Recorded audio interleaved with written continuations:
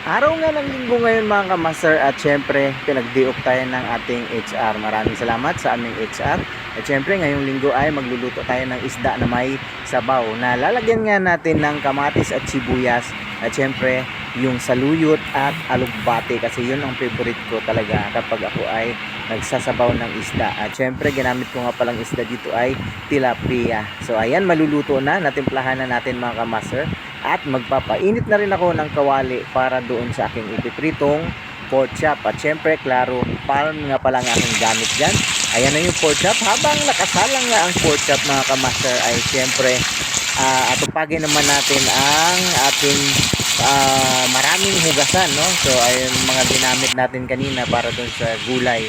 So, ayan, huhugasan muna natin habang nakasalang ang ating prito mga kamasters. At syempre, pagkatapos ng maghugas ay luto na ang ating pritong pork chop.